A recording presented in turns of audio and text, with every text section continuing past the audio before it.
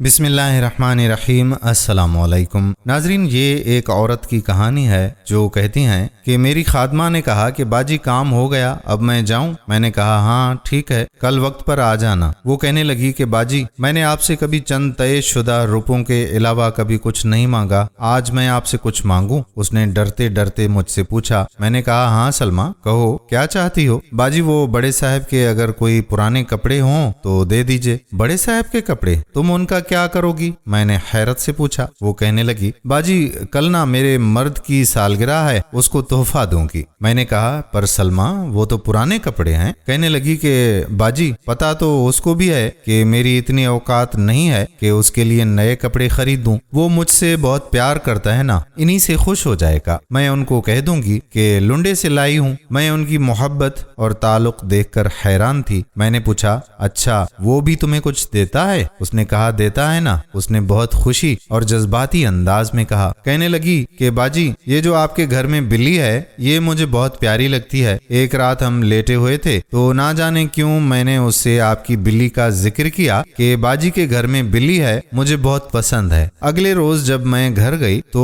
وہ جھلا میرے لیے ایک بلی لایا ہوا تھا۔ وہ آپ کی والی جتنی پیاری تو نہیں تھی، پر باجی وہ مجھے میری جان سے زیادہ عزیز ہے۔ پتہ ہے کیوں؟ کیونکہ میں جانتی ہوں کہ اسے بلیوں سے بہت ڈر لگتا ہے۔ پتہ نہیں کیسے اس نے گلی سے پکڑی ہوگی، کیسے اسے گھر لایا ہوگا، اور میں جب گھر پہنچی تو وہ اسے دودھ پلا رہا تھا۔ آپ کو پتہ ہے باجی ہمیں خود دودھ پیے ہوئے مدت بیت گئی ہے، پر وہ اس کے لیے پتہ نہیں کہاں سے لایا، صرف اس لیے کہ مجھے پسند ہے۔ میں نے پوچھا سلمہ بلی کا تو بہت خرچہ ہوتا ہے، تم کیسے پورا کرتی ہو؟ کہنے لگی باجی وہ غریب کے گھر کی بلی ہے، اس کو بھی ہماری طرح حالات سے سمجھوتا کرنا آتا ہے۔ وہ صبح نکلتی ہے اور شام کو گھر میں داخل ہوتی ہے، بیمار ہو جاتی ہے تو خود ہی ٹھیک ہو جاتی ہے، کسی علاج معالجے کی ضرورت ہی نہیں پڑتی۔ گھر میں کھانا نہ ملے تو باہر سے ہی جیسے تیسے پورا کر آتی ہے۔ آپ کو پتا ہے جب سے وہ ہمارے گھر آئی ہے ہم میاں بیوی کے پیار میں مزید اضافہ ہو گیا ہے۔ ایک تو ہم دو بھوکے مل کر کبھی کبھی اس ایک بھوکی کی بھوک مٹا دیتے ہیں، اس لیے اللہ ہم پر زیادہ مہربان ہے۔ دوسرا یہ کہ اس بلی نے ہمیں وفاداری سکھائی ہے کہ آسائش ہو یا نہ ہو، جس سے ایک بار نباہ کر لیا جائے اس سے منہ نہیں موڑتے۔ باجی ایک بار ہم اس کو کسائی کی دکان کے باہر چھوڑ آئے کہ یہاں اس کا پیٹ بھر جائے گا اور خوش رہے گی، پر ہمارے گھر پہنچنے سے پہلے ہی وہ ہمارے گھر کے باہر بیٹھی ہوئی تھی۔ اس نے ہمیں سکھایا کہ محبوب چاہے چھوڑ دے، دھتکارے، مار دے یا توڑ دے، اس کو چھوڑا نہیں کرتے۔ مجھے سلمہ کی باتیں سن کر خوشی بھی ہو رہی تھی اور دکھ بھی۔ خوشی اس بات کی کہ سچے لوگ اور سچی محبت آج بھی دنیا میں موجود ہے، دکھ اس بات پر کہ عموماً محبت جتنی غریب ہو اتنی ہی سچی ہوتی ہے۔ مگر میں تو امیر ہوں۔ آج یہ امیر ایک غریب پر رشک کر رہی تھی۔ یہ عالی شان صوفہ مجھے اپنی قبر محسوس ہو رہا تھا۔ میرا دل چاہ رہا تھا کہ یہ قبر کھلے اور میں دفن ہو جاؤں۔ میں نے بات آگے بڑھانے اور اپنے دل کی تشفی کے لیے اس سے پوچھا کہ تمہاری سب باتیں بجا ہیں، لیکن کیا تمہیں نہیں لگتا کہ اگر دولت ہو تو محبت کرنے کا لطف دوبالا ہو جاتا ہے؟ اس نے حیرت سے میری جانب دیکھا۔ میں نہیں چاہتی تھی کہ وہ کچھ بھی بول کر ایک بار پھر مجھے لاجواب کر دے اور میری انا کی پھر سے دھجیاں اڑا جائے، اس لیے میں نے اسے کچھ کہنے سے پہلے ہی کہا کہ دیکھو نا، ایک رئیس زادہ جس کے پاس گاڑی یا چلو موٹر سائیکل ہی ہو، وہ اپنی بیوی کو کہیں بھی کبھی بھی لے کر جا سکتا ہے۔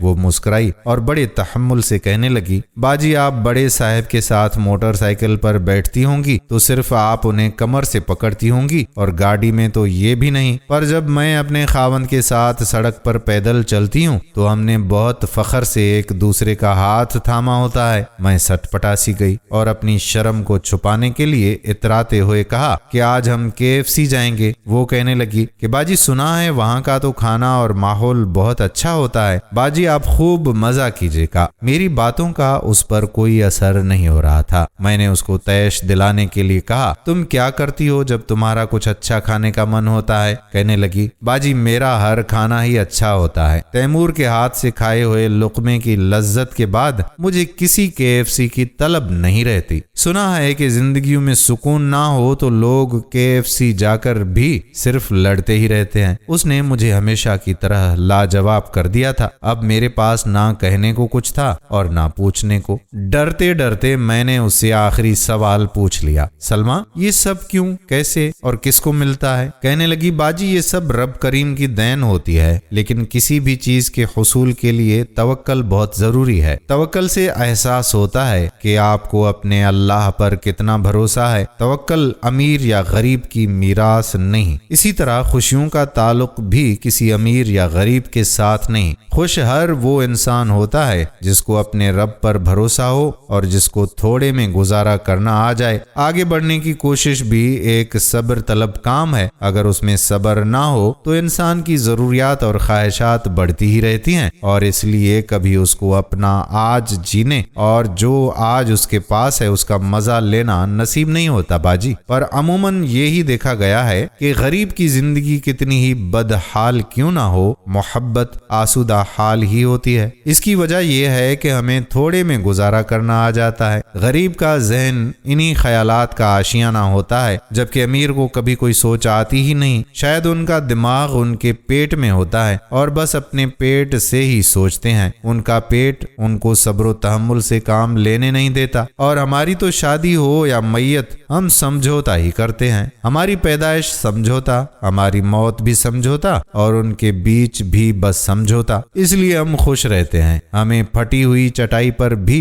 اتنی اچھی نیند آ جاتی ہے جتنی آپ کو اس مہنگے پلنگ پر بھی نہیں آتی باجی۔ میں نے سوال کیا کہ سلمہ ان سب باتوں کا ادراک کب ہوا؟ وہ کہنے لگی کہ باجی جب میری شادی ہوئی، میں دلہن بنی، کمرے میں بیٹھی تھی تو تیمور آئے، میرے پاس بیٹھ گئے۔ ہماری پسند کی شادی تھی تو میں نے بڑی بے باکی سے کہا کہ جب تک محبوبہ تھی کہتا تھا کہ شادی کر لے، آج تیری دلہن بنی، تیرے سامنے بیٹھی ہوں، تو گھونگھٹ بھی نہیں اٹھا رہا۔ وہ چپ تھا۔ اس کی خاموشی پر مجھے بہت ہنسی آ رہی تھی۔ میری ہنسی میرے رونے میں تب تبدیل ہوئی جب اس نے کانپتی آواز میں کہا کہ منہ دکھائی۔ میں سمجھ گئی تھی کہ جو شخص اپنی شادی کے دن بھی مزدوری پر گیا ہو وہ کیا منہ دکھائی دے سکتا ہے۔ میرے آنسو یہ سوچ کر تھم ہی نہیں رہے تھے کہ انسان کس قدر مجبور ہو جاتا ہے۔ خدا کا بے شمار شکر ہے کہ میرے چہرے پر گھونگھٹ تھا۔ اگر آج وہ میرے آنسو دیکھ لیتا تو ساری زندگی خود سے نفرت کرتا۔ امیر آدمی کے لیے اپنی محبت ثابت کرنا کتنا آسان ہے نا باجی۔ ایک گاڑی،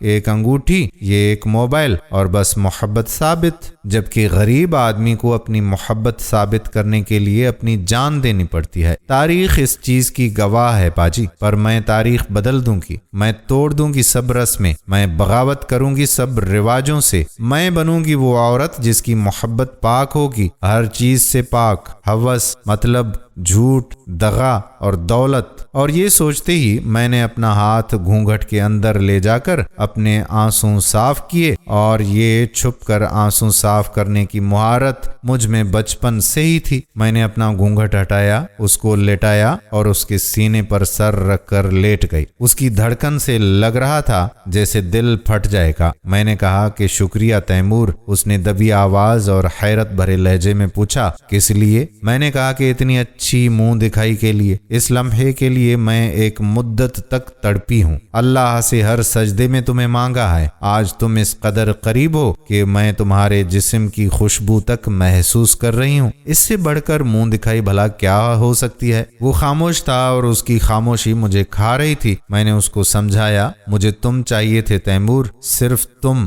میری اور کوئی خواہش نہیں تھی، اور خواہشات جتنی کم ہوں زندگی اتنی ہی پرسکون ہوتی ہے۔ آگے بڑھنے کی طلب سب کو ہے۔ زندگی کو بہتر ہر انسان بنانا چاہتا ہے۔ سہولیات زندگی اور ضروریات زندگی ہر انسان کو درکار ہوتی ہیں اور ہونی بھی چاہیے۔ ان کی اہمیت سے میں انکار نہیں کر سکتی، اور ہم ساتھ مل کر اپنی ضروریات پوری کرنے کی کوشش بھی کریں گے۔ لیکن جب تک ہمارے پاس یہ سب نہیں ہے تب تک صبر و شکر کے ساتھ مسکرائیں گے اور جی بھر کے مسکرائیں گے۔ میں بڑی بڑی کوٹھیوں میں جھاڑو پونچھا کرنے جاتی ہوں۔